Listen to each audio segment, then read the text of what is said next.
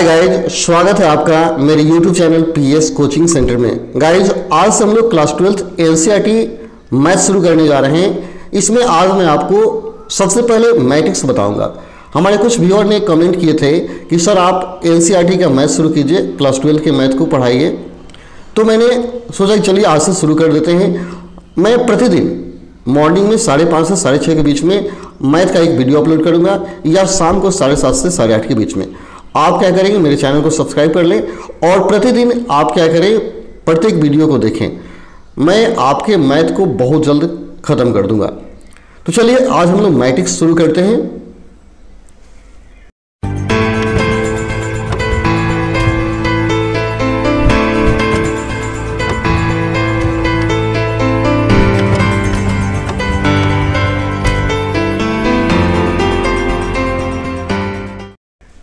जो भी समस्या होगा आप कमेंट बॉक्स में लिखेंगे, ठीक है। आज हम मैट्रिक्स शुरू करेंगे। जो एक्सरसाइज नंबर है 3.1 एक्सरसाइज है, इसको ध्यान से देखते हैं। सबसे पहले एक बात मैं आपको बता दूं कि मैट्रिक्स को कैपिटल लेटर, अंग्रेजी के कैपिटल लेटर से शुरू किया जाता है। ABCD से शुरू किया जाएगा। जैसे मैं A बराबर लिखता हूँ या A बराबर हो गया, कुछ भी लिख सकते हैं, 1 2 3 4 5 6 ऐसे लिखा जा सकता है, ठीक है। ऐसे मैट्रिक्स होता है और इसको कैपिटल कोष्ट में रखिए, स्मॉल कोष्ट में रखिए, किसी कोष्ट में हम रख सकते हैं, ठीक है। जैसे हम B बराबर लिख सकते हैं 1 3, ABCD भी हो सकता है, कुछ भी हो सकता है, ठीक है। ये मैट्रिक्स हो गया, ठीक है। यहाँ जो A में जो दिया गया है 1 2 3 एक लाइन में दिखा रहा है, इसको पंक्ति बोलते हैं। यानी 1 2 3 यह प्रथम पंक्ति हो गया और 4 5 6 यह दूसरा पंक्ति हो गया। पंक्ति को R1 R2 से इंडिकेट किया जाता है, R1 R2 कहा जाएगा, ठीक है। तो 1 2 3 जो है यह R1 कहलाएगा, R माने क्या, रो, और 4 5 6 R2 कहलाएगा। वैसे ही जो B बराबर लिखा गया 1 3 AB लिखा गया, तो 1 3 एक पंक्ति में है तो इसको R1 बोलेंगे, ठीक है। यानी आपसे कोई पूछे कि मैट्रिक्स B में R1 का मान क्या है तो आप बोलिएगा 1 3, और R2 का मान क्या है तो AB है। R2 का मान हो गया आपका AB। वैसे ही तो एक जैसे A में 1 2 3 है तो यह R1 हो गया, 4 5 6 क्या है R2 हो गया। वैसे ही अगर इसमें C1 C2 C3 का मान, C का मतलब क्या, कॉलम होता है, तो ऊपर या नीचे से देखने पर, जैसे मैं अगर लिखूं तो यहाँ ऊपर से देखिएगा तो क्या आएगा, 1 4 आएगा, 2 5 आएगा या 3 6 आएगा। तो A में ऊपर से जो देख रहे हैं और जो आपको ये दिखाई दे रहा है, इसको कॉलम बोलते हैं। कॉलम 1 कॉलम 2 कॉलम 3, यानी C1 C2 C3 बोला जाता है। चलिए फिर से मैं रिपीट कर दूं। जैसे A बराबर अगर कहीं लिखा गया हो, यहाँ देख लीजिए A बराबर लिखा गया है ABC, ठीक है, DEF, तो आप याद कर लीजिए यहाँ ABC को R1 कहा जाएगा, ठीक है, और DEF को R2 कहा जाएगा, याद रहेगा।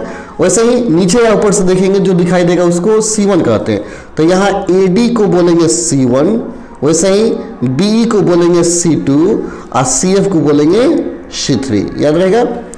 तो ये हो गया कॉलम, AD BE और CF कॉलम हो गया, column 1 column 2 column 3, R1 R2 क्या हो, रो 1 रो 2 और रो 3 हो गया। तो हमेशा क्या किया जाता है, अंकों या संख्याओं को कॉलम और रो के रूप में जब सजा दिया जाता है तो उस सजावट को ही मैट्रिक्स कहा जाता है, ठीक है। चलिए क्वेश्चन देखते हैं और जहां आपको दिक्कत होगा हमें बताइएगा, ठीक है। देखिए जैसे दिया गया क्वेश्चन, आव्यूह A बराबर यहाँ लिखा गया है, ठीक है, के लिए आव्यूह की कोटि बताइए। आव्यूह की कोटि, कोटि का मतलब हुआ कि कितना इसमें पंक्ति है और कितना स्तंभ है। तो मैंने बताया इसको यह R1 हो गया, ऊपर वाले को यह R2 हो गया, इसको क्या बोलेंगे, R3 बोलेंगे, ठीक है। R1 R2 R3, ठीक है। जो लाइनिंग आपको दिखाई दे रहा है, जैसे 2 5 19 -7 यह R1 का मान है, 35 -2 5 2 12 एक R2 का मान है, और तीसरा जो पंक्ति है R3 का मान है, ठीक है। फिर से देख लीजिए, यह प्रथम पंक्ति या दूसरा पंक्ति या तीसरा पंक्ति, पंक्ति यानी रो, और ऊपर से आएंगे जैसे इसको प्रथम कॉलम या दूसरा कॉलम, तीसरा कॉलम, चौथा कॉलम, 4 कॉलम है इसमें, ठीक है। तो याद करें, तो कोटि का मतलब है कितना पंक्ति है और कितना स्तंभ है। तो इसमें कहता है आव्यूह कोटि बताइए। तो देखिए इसमें पंक्ति कितना है, 1 2 3 गो पंक्ति। देखिए आव्यूह कोटि पंक्ति की संख्या गुना स्तंभ की संख्या, तो 3 गो पंक्ति और 4 गो स्तंभ, तो 3 गुना 4 ये हो गया आपका कोटि। तो 3 गुना 4 लिखेंगे, ये नहीं कि 3 गुना 4 बराबर 12 कर देंगे, 12 नहीं करेंगे, 12 आपको नहीं करना है। केवल 3 × 4 जो होगा यही ऑर्डर कहलाएगा, यही कोटि कहलाएगा, ठीक है। और अवयव की संख्या, तो इसी को मल्टीप्लाई करेंगे, 3 × 4 = क्या हो जाएगा 12। इसमें गिन लीजिए कय गो है अवयव, सदस्य कय गो हैं, एलिमेंट्स कितने हैं, उनको अवयव बोलते हैं। तो ये बाड़े हो जाएगा। फिर कहता अवयव 1-3 A21 A33 A24 A23 का मान बताइए। तो देखिए यहाँ थोड़ा सा एक चीज़ आपको समझना है, अगर A12 कहीं लिखा गया इसका मान बताना है तो ये 1-2 का मतलब 1 प्रथम जो दिखा रहा है पंक्ति दिखा रहा है, दूसरा जो दिखा रहा है स्तंभ दिखा रहा है। ये पूछना चाहता है कि ऐसा एलिमेंट जो प्रथम पंक्ति और दूसरे स्तंभ में हो। फिर से देखिए अगर कहीं लिखा गया A35 लिखा गया, इसका मतलब हुआ 35 नहीं, इसका मतलब 35। तो ऐसा सदस्य बताइए जो तीसरे पंक्ति में आप पांचवें स्तंभ में हो, तीसरे पंक्ति और पांचवें स्तंभ में हो। ठीक है, तो यहाँ जब आपको A12 निकालना है तो प्रथम पंक्ति ये हो गया और दूसरा स्तंभ ये हो गया। दोनों कहाँ कट रहा है? यहाँ कट रहा है। तो यहाँ जहाँ कट रहा है वहाँ कौन सा अवयव है? यहाँ 5 है। ठीक है, देख लीजिए प्रथम पंक्ति में और दूसरे स्तंभ में 5 है, तो आपका आंसर क्या हो जाएगा? 5। A12 का मान हो जाएगा 5। ठीक है, लेकिन यहाँ निकालना A13 निकालना, देख लीजिए 13 भी निकल जाएगा। A13 निकालना है तो प्रथम पंक्ति तीसरा स्तंभ, तो प्रथम पंक्ति ये हो गया, तीसरा स्तंभ कौन हो गया? ये हो गया तीसरा स्तंभ। इसमें कौन मिल रहा है? 19 मिल रहा है। तो 19 मिल रहा है तो आपका कौन आंसर हो जाएगा? 19। देखिए A13 का मान है क्या? मैंने लिखा है 19 लिखा है। वैसे ही A21 देखिए, A21 देना है इन दूसरा पंक्ति प्रथम स्तंभ, तो दूसरा पंक्ति प्रथम स्तंभ कौन है? 35 है। तो आपका आंसर क्या हो जाएगा? 35 हो जाएगा। देखिए मैंने 35 लिखा है। इसके बाद ये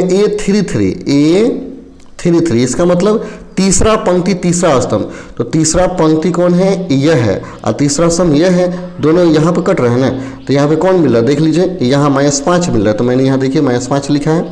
वैसे ही A24 देखिए, 24 इन दूसरा पंक्ति चौथा स्तंभ, तो दूसरा पंक्ति चौथा स्तंभ कौन है? 12 है, तो आपका आंसर हो जाएगा 12।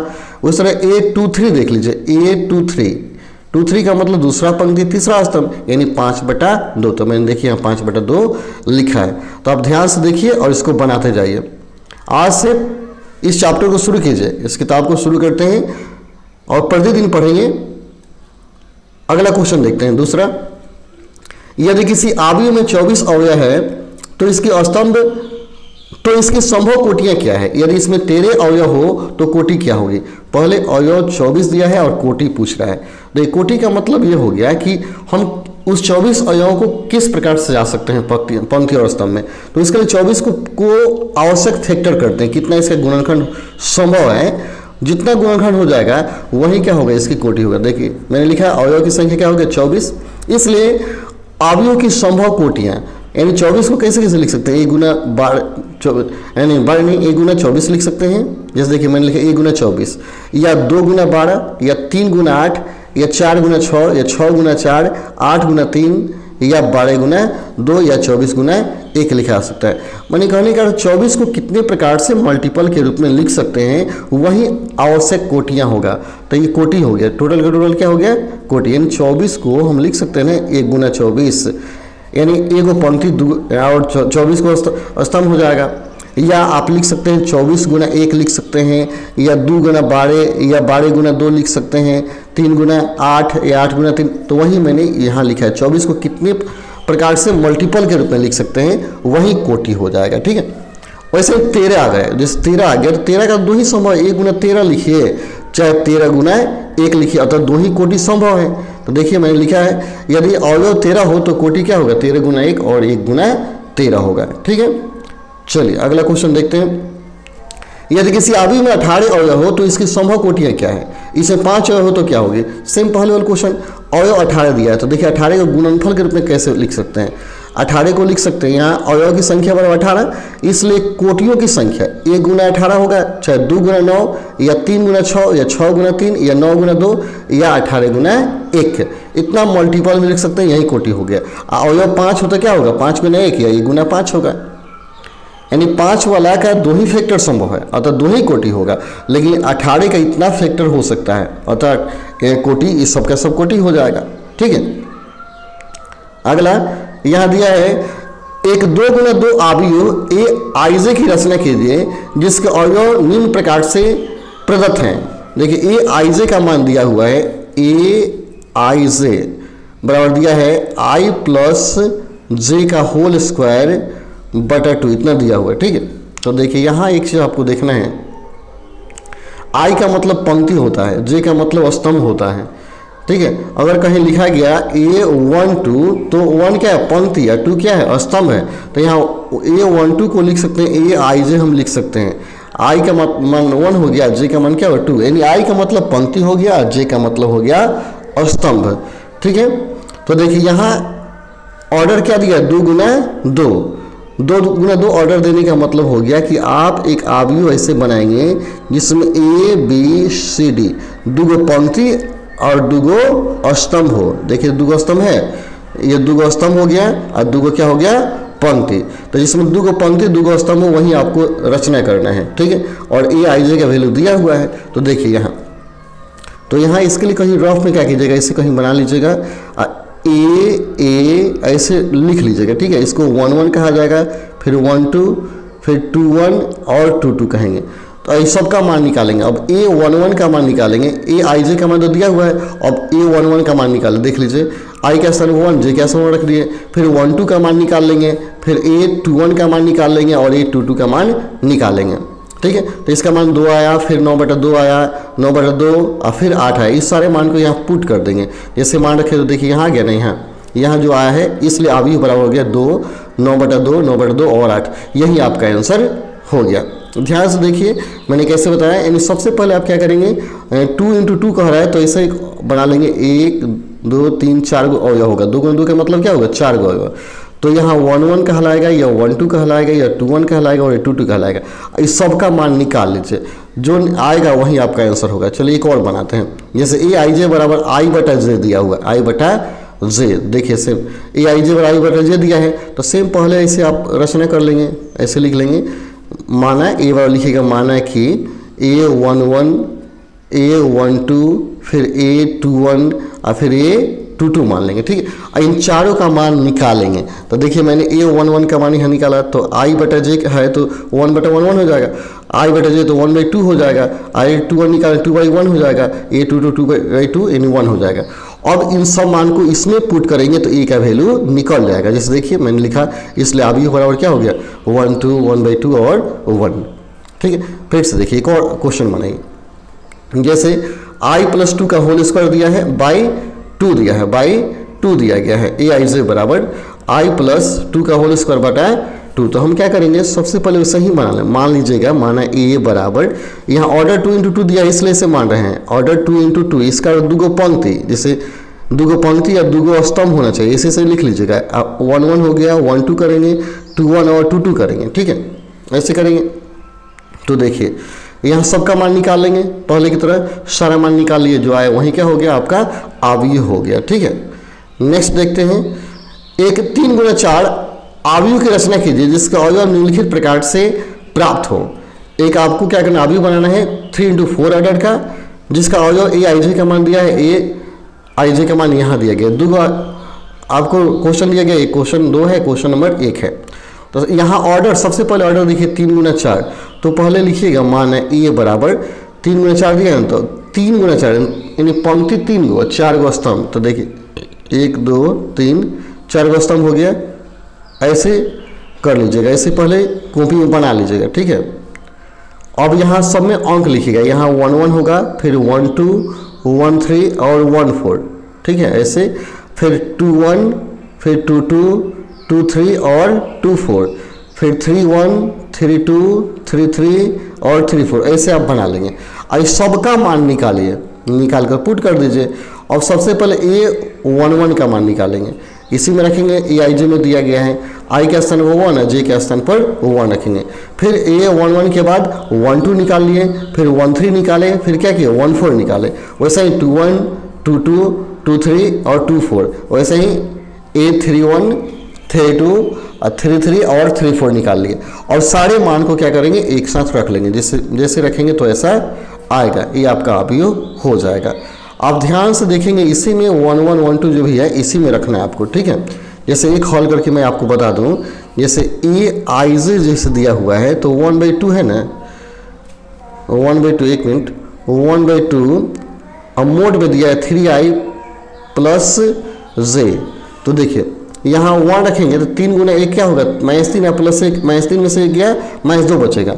तो एक बार 2 गुना माइनस 2 कोष्ट में से जो मोड में से निकलेगा तो प्लस ही में हो जाएगा, 2 से 2 कटेगा, क्या बचेगा 1 बचेगा। ये तो वही हल किया गया है, आप इसको ध्यान से देखें, मैंने इसको टाइप कर दिया है ताकि स्लाइड में दिखे। तो ये हो गया आपका आंसर, ध्यान से देखिएगा समझ में आएगा। अगला दिया है ए आई जे बराबर 2i माइनस जे, तो वहीं 3 इंटू 4 की ही रचना करना है, एंड 3 को पंक्ति होना चाहिए और 4 को स्तंभ होना चाहिए। तो 3 पंक्ति मतलब A11, A12, A13, A14, 1 से लेकर 4 तक जाना है।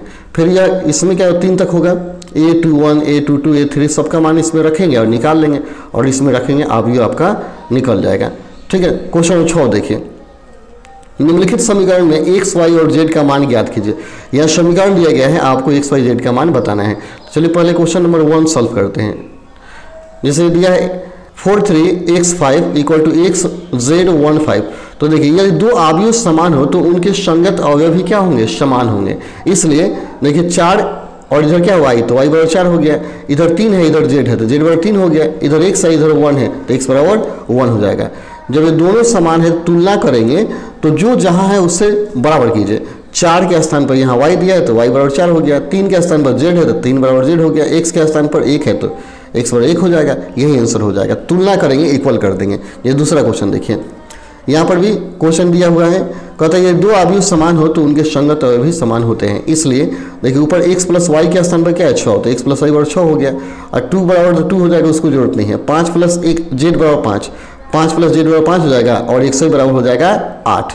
अब इसको हल करेंगे, जैसे 5 प्लस z आपने हल किया बराबर 5 है, तो 5 से 5 कटेगा तो z का वैल्यू क्या हो जाएगा, 0 हो जाएगा। अब यहाँ z का मान 0 आ गया, एक्स वाई का मान निकालना है, तो देखिए समीकरण यहाँ है और एक ठो यहाँ है, इसको हल करेंगे। तो यहाँ y का एक्स वाई बराबर 8 दिया गया है, आप समीकरण 1 2 3 कर लीजिएगा, 1 मान लीजिएगा, 2 मान लीजिएगा, 3 मान लीजिएगा। ठीक है, जैसे 2 को हल किए तो z का मान 0 आ गया, और समीकरण 3 से एक्स वाई का मान निकाल लीजिए। किसी एक का मान निकालेंगे इसमें समीकरण में, तो y बराबर क्या हो जाएगा 8/x हो जाएगा। इसको प्रथम समीकरण में रख दीजिए, यानी x प्लस 8/x बराबर 6। एलसीएम लीजिए, एक इक्वेशन आएगा, इक्वेशन को हल कीजिएगा, x का मान निकल जाएगा। x के मान को इसमें रखेंगे तो y का मान निकल जाएगा। तो वही देखिए मैंने डायरेक्ट लिखा है, हल करने पर x y z का मान इतना आएगा, यही आपका आंसर हो जाएगा। ठीक है, नेक्स्ट है, देखिए इक्वेशन दिया हुआ है। अब ये दो अवयव समान हो तो उनके संगत अवयव भी समान होंगे, तो यहाँ x plus y plus z बराबर क्या हो जाएगा 9 हो जाएगा, x प्लस जेड बराबर 5 हो जाएगा, और y प्लस जेड बराबर 7 हो जाएगा। इन तीनों को आप हल करेंगे तो x वाई जेड का मान निकल जाएगा। जिससे कैसे हल करेंगे, देखिए यहाँ x प्लस जेड है, इसको समीकरण मान लीजिएगा 1, इसको 2 मान लीजिए, इसको मान लीजिएगा 3। ठीक है, अब x प्लस जेड का मान क्या कीजिए, इसमें रख दीजिए x प्लस जेड। जैसे x plus y plus z बराबर 9 है, तो x प्लस जेड का मान क्या हो जाएगा 5, तो यहाँ हो जाएगा 5 प्लस वाई बराबर क्या हो जाएगा 9। फिर से देखिए मैंने क्या बताया, जैसे x plus y plus z है तो x plus z plus y भी तो लिख सकते हैं, x plus z plus y बराबर क्या हो गया 9। तो x प्लस जेड का मान क्या है 5, तो 5 प्लस क्या हो जाएगा y बराबर 9, तो y का मान क्या होगा 5 में से 9 हो गया 4 बचेगा, y का मान 4 आ गया। तो ऐसे ही क्या करेंगे, y प्लस जेड का मान 7, यहाँ रखिएगा 7, तो x प्लस क्या हो जाएगा 7 इक्वल टू 9, तो x का मान क्या हो जाएगा 2, और x और z का मान निकल गया, इसमें रखेंगे तो क्या हो जाएगा, आपका मान निकल जाएगा z का भले, यानी इसमें y का मान निकाल ही लिए और x का मान निकालिए, तो यहाँ रख निकाल लीजिए, z का मान निकल जाएगा। तो इस तीनों को हल करेंगे तो आपका x y z का मान निकल जाएगा, यही आपका आंसर हो जाएगा। ठीक है, तो हल कीजिएगा कॉपी बढ़िया से, और दिक्कत होगा तो बताइएगा, हम क्या करेंगे कॉपी को हल करके बताएंगे आपको। यहाँ समीकरण दिया गया है, यहाँ ABCD का मान आपको निकालना है। तो सेम पहले की तरह ये दो अवयव समान हो तो उनके अवयव भी क्या होंगे, समान होंगे। तो हम इसको बराबर करेंगे और इक्वेशन मानते जाएंगे। जैसे a माइनस बी बराबर -1 हो जाएगा प्रथम को, ठीक है, इक्वेशन 1 मान लिए। और फिर नीचे देखिए 2a माइनस बी बराबर क्या हो जाएगा 0 हो जाएगा, 2 समीकरण मान लीजिए। और 2a प्लस सी बराबर 5 हो गया, समीकरण 3 मान लिया मैंने। और फिर 3c प्लस डी बराबर 13 हो जाएगा, समीकरण 4 मान लिए। अब 1 और 2 को हल कीजिएगा तो a और b का मान निकल जाएगा, 3 और 4 को हल करेंगे तो c और d का मान निकल जाएगा। तो यही आपका आंसर हो जाएगा। और समीकरण तो हल करना आप 10th क्लास में ही सीखे थे, उस तरह आप हल कर लेंगे समीकरण को, कम से कम इक्वेशन तो हल कीजिए। अब इसमें देखिए आई जे एम को यानी एक वर्ग अवयव है, एक वर्ग अवयव। वर्ग का मतलब क्या, जितना पंक्ति उतना स्तंभ हो, ठीक है। तो वर्ग अवयव तो इसमें कौन सही है, तो वर्ग अवयव में हमेशा पंक्ति और स्तंभ क्या होता है, बराबर होता है, ठीक है। तो इसमें कहता है कौन सही है, तो आपका ऑप्शन सी सही होगा, यानी कोई भी आव्यूह वर्ग आव्यूह कहलाएगा यदि उसके पंक्तियों की संख्या और स्तंभों की संख्या के बराबर हो। ठीक है। नेक्स्ट, एक्स और वाई के प्रदत्त किन मानों के लिए आव्यूह निम्नलिखित युग्म समान है, यानी कहता है कि यह आव्यूह बराबर दिया, अगर दोनों बराबर हो तो एक्स वाई का मान क्या होगा। तो सेम पहले की तरह इसको हल कर देंगे, जैसे हमने हल किया, यह आव्यूह बराबर करेंगे तो यहाँ दो आव्यूह समान तभी होंगे जब अवयव समान हो। तो 3x + 7 = 0 हो जाएगा। इसको हल करेंगे तो आपका x का वैल्यू क्या हो जाएगा, यहाँ 7 उधर जाएगा तो -7/3 हो जाएगा, -7/3 हो जाएगा। ठीक है, x का वैल्यू। और यहाँ दिया गया है y का मान निकालेंगे तो y + 8 y + 1 = 8 हो गया, तो y का मान क्या हो गया, 7 हो गया। तो y का मान 7 और x का मान हो गया -7/3। देखिए मैंने यहाँ क्या किया है, प्रथम को तुलना की है, यहाँ दूसरा यहाँ प्रथम यहाँ लिख दिया, दूसरा 5 = y - 2 लिख दिए हैं। ठीक है, और यह y + 1 है बराबर 8 है, या +1 है बराबर 8 और 2 - 3x = 4 लिख दिए। इन सबको जब हल करते हैं तो y का मान 7 आता है, x का मान -7/2 और एगो x का मान -7/3 आता है। 7/2 इससे आ गया, इधर गया घट गया ना 6/, देखिए यहाँ ये जब इसको हल करते हैं, इस इक्वेशन को हल किया गया तो 3x बराबर क्या आ गया, -2, इसलिए x बराबर -2/3 भी आया है। देखिए -2/3 भी आया है। ठीक है, तो देखिए इस प्रकार x का कोई भी द्वितीय अद्वितीय मान नहीं है, इसलिए विकल्प बी सही है। यहाँ थोड़ा एक चीज़ देख लीजिए,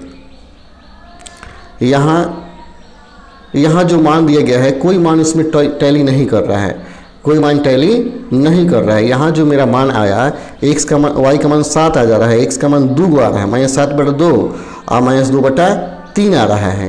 ठीक है, 2 को वैल्यू आ जा रहा है। आप निकाल कर देखिएगा 2 वैल्यू आ रहा है, और यहाँ ऐसा कोई मान नहीं दिया गया है, ऑप्शन में कोई ऐसा वैल्यू नहीं दिया गया है, अतः बी ज्ञात करना संभव नहीं है। आपका ऑप्शन बी हो जाएगा सही। ठीक है, नेक्स्ट, यानी आप इसको हल करेंगे, जो आपका आंसर आ रहा है वह ऑप्शन में नहीं है। ठीक है, अगला क्वेश्चन देखते हैं। 3 × 3 कोटि के ऐसे आव्यूह की कुल कितनी संख्या होगी जिसके प्रत्येक प्रविष्टि 0 और 1 हो। यहाँ प्रविष्टि क्या दिया, 0 और 1 दिया गया। देखिए यहाँ एक चीज़ आपको याद करना है, 3 × 3 कोटि के आव्यूह की संख्या निकालना है। तो 3 × 3 कोटि है, इसका मतलब क्या, 3 × 3 ये 9 अवयव हो जाएगा, कुल संख्या 9 होगा। कहता है यदि प्रविष्टि 0 या 9 1 है तो प्रत्येक अवयव के लिए क्रमशः क्या होगा, 2 होगा, क्योंकि इसमें 2 ही ना सदस्य है, 2 होगा। इसलिए अवयवों की कुल संख्या 2 के पावर क्या होगी, 9 होगी। तो 2 के पावर 9 को हल करेंगे तो 512 आएगा। तो आपका आंसर कौन हो जाएगा, डी होगा। आंसर हो गया आपका डी। चलिए गाइज, इस चैप्टर के सभी प्रश्न यहाँ खत्म हो जाता है। आप हमें कमेंट में जरूर बताएंगे कि आपको यह वीडियो कैसा लगा, तब जाकर मैं अगला चैप्टर का सारे प्रश्नों का हल आपको बताऊंगा। आप कमेंट में जरूर लिखेंगे कि आपको यह वीडियो कैसा लगा। चलिए तब तक के लिए धन्यवाद। जय हिंद, जय भारत।